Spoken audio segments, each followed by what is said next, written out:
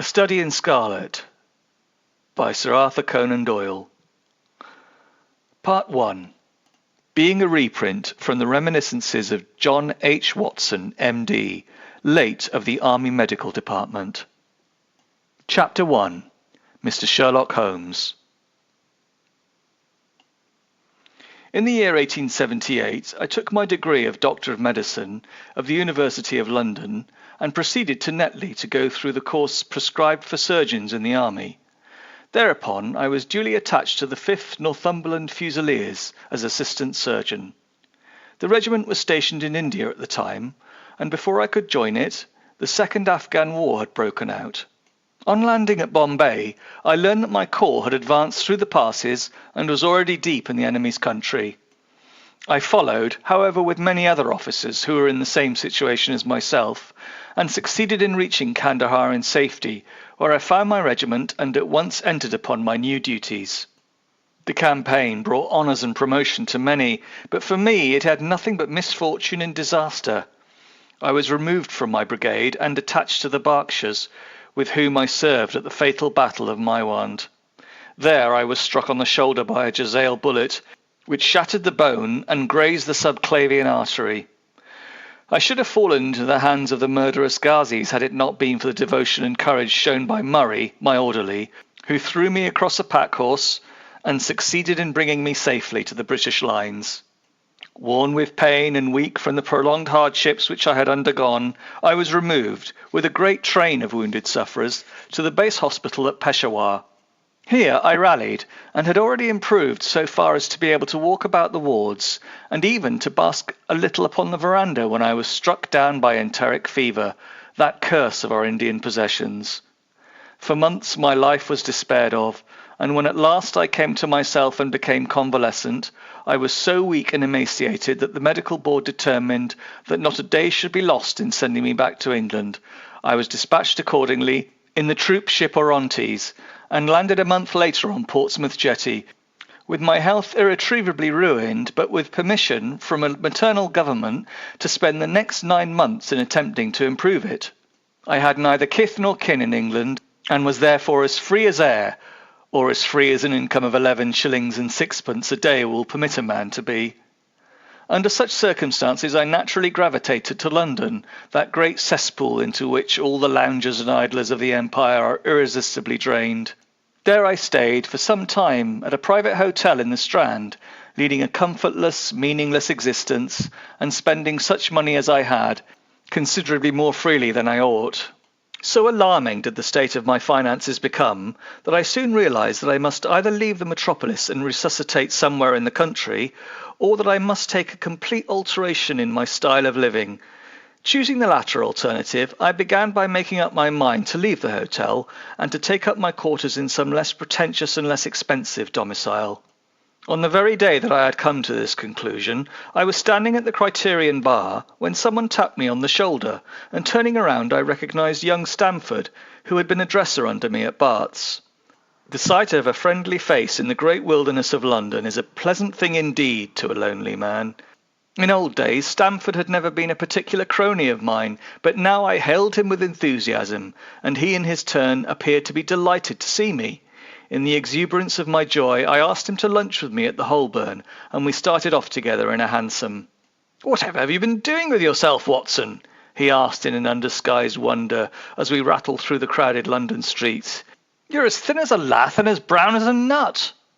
I gave him a short sketch of my adventures, and had hardly concluded it by the time that we reached our destination. "Poor devil," he said commiseratingly, after he had listened to my misfortunes. "What are you up to now?"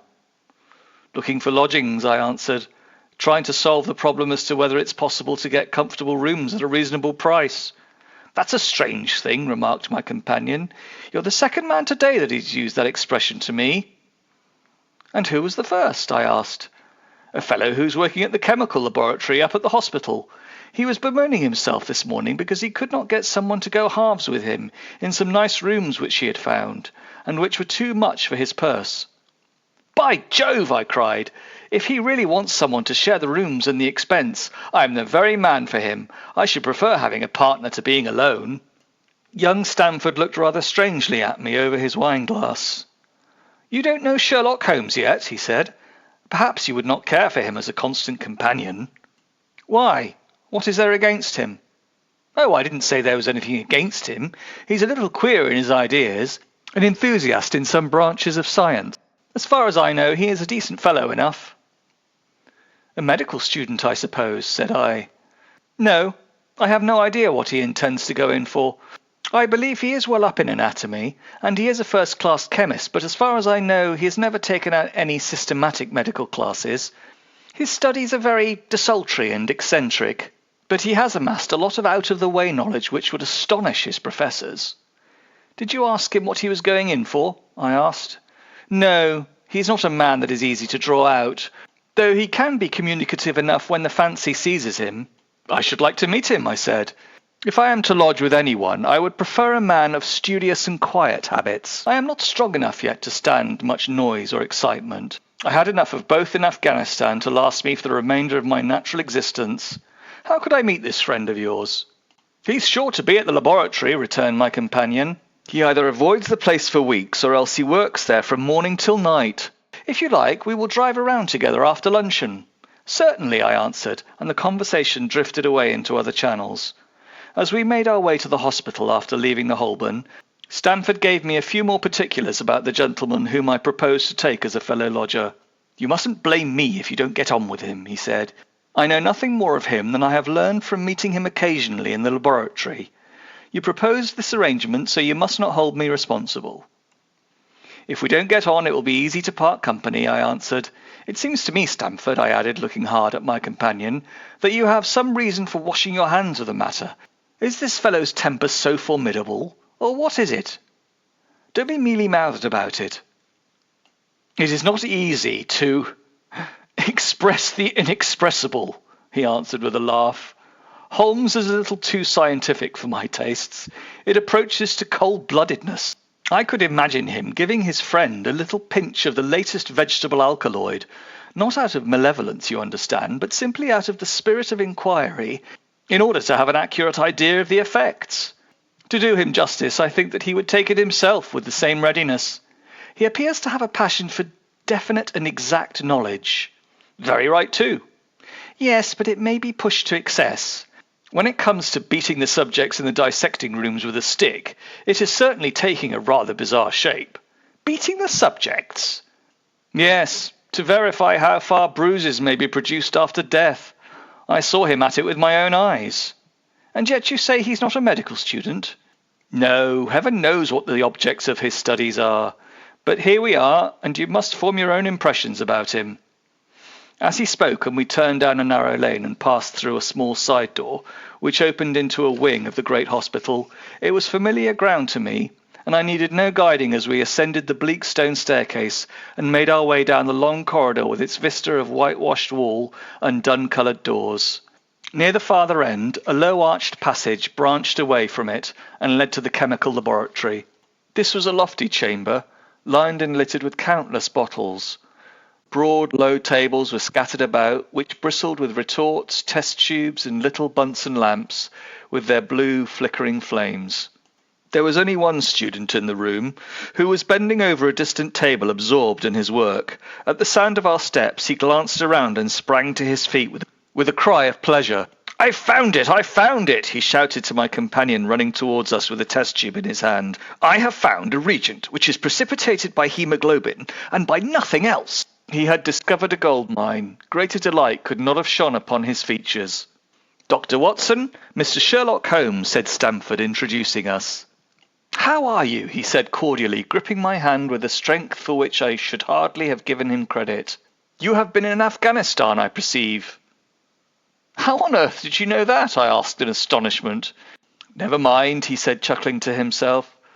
"The question now is about hemoglobin. No doubt you see the significance of this discovery of mine?" "It is interesting chemically, no doubt," I answered, "but practically—" "Why, man, it is the most practical medico-legal discovery for years.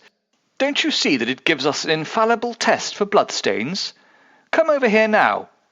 He seized me by the coat sleeve in his eagerness and drew me over to the table at which he had been working. "Let us have some fresh blood," he said, digging up a long bodkin into his finger and drawing off the resulting drop of blood in a chemical pipette. Now, I add this small quantity of blood to a litre of water. You perceive that the resulting mixture has the appearance of pure water. The proportion of blood cannot be more than 1 in a million. I have no doubt, however, that we shall be able to obtain the characteristic reaction. As he spoke, he threw into the vessel a few white crystals and then added some drops of transparent fluid.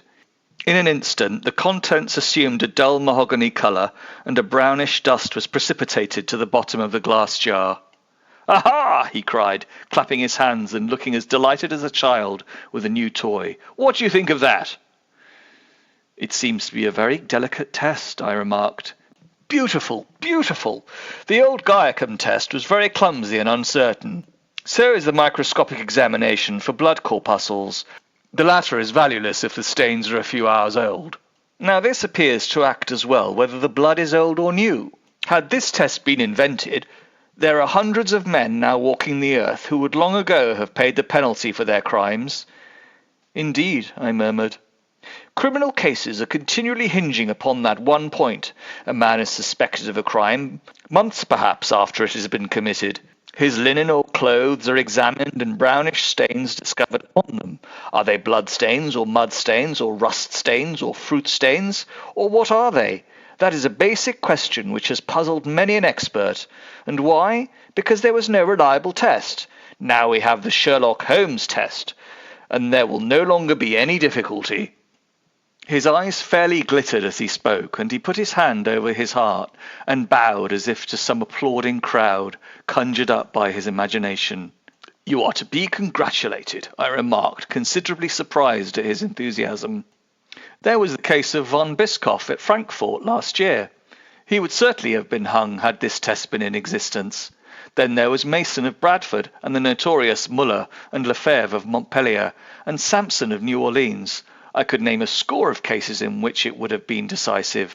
"You seem to be a walking calendar of crime," said Stamford with a laugh. "You might start a paper on those lines, call it the Police News of the Past." "Very interesting reading it might be made, too," remarked Sherlock Holmes, sticking a small piece of plaster over the prick on his finger. "I have to be careful," he continued, turning to me with a smile, "for I dabble with poisons a good deal." He held out his hand as he spoke, and I noticed that it was all mottled over with similar pieces of plaster and discoloured with strong acids. "We came here on business," said Stamford, sitting down on a 3-legged stool and pushing another one in my direction with his foot. "My friend here wants to take diggings, and as you were complaining that you could get no one to go halves with you, I thought I'd better bring you together." Sherlock Holmes seemed delighted at the idea of sharing his rooms with me. "I have my eye on a suite in Baker Street," he said, "which would suit us down to the ground. You don't mind the smell of strong tobacco, I hope?" "I always smoke ships myself," I answered. "That's good enough. I generally have chemicals about and occasionally do experiments. Would that annoy you?" "By no means. Let me see, what are my other shortcomings? I get in the dumps at times, and don't open my mouth for days on end. You must not think I am sulky when I do that. Just let me alone and I'll soon be right. What have you to confess now? It's just as well for two fellows to know the worst of one another before they begin to live together." I laughed at his cross-examination. "I keep a bull-pup," I said, "and I object to rows because my nerves are shaken and I get up at all sorts of ungodly hours and I'm extremely lazy. I have another set of vices when I'm well, but those are the principal ones at present." "Do you include violin playing in your category of rows?" he asked anxiously. "It depends on the player," I answered. "A well-played violin is a treat for the gods, and a badly played one—" "Oh, that's all right," he cried with a merry laugh. "I think we may consider the thing as settled. That is, if the rooms are agreeable to you." "When shall we see them?" "Call for me here at noon tomorrow, and we'll go together and settle everything," he answered. "All right, noon exactly," said I, shaking his hand. We left him working among his chemicals, and we walked together towards my hotel. "By the way," I asked, suddenly stopping and turning upon Stamford, "how the deuce did he know that I'd come from Afghanistan?" My companion smiled an enigmatic smile. That is just his little peculiarity, he said. A good many people have wanted to know how he finds things out. Oh, a mystery, is it? I cried, rubbing my hands. This is very piquant. I'm very much obliged to you for bringing us together. The proper study of mankind is man, you know. You must study him, then, Stamford said as he bade me goodbye. You'll find him a knotty problem, though. I'll wager he learns more about you than you about him. Goodbye. Goodbye, I answered, and strolled on to my hotel, considerably interested in my new acquaintance.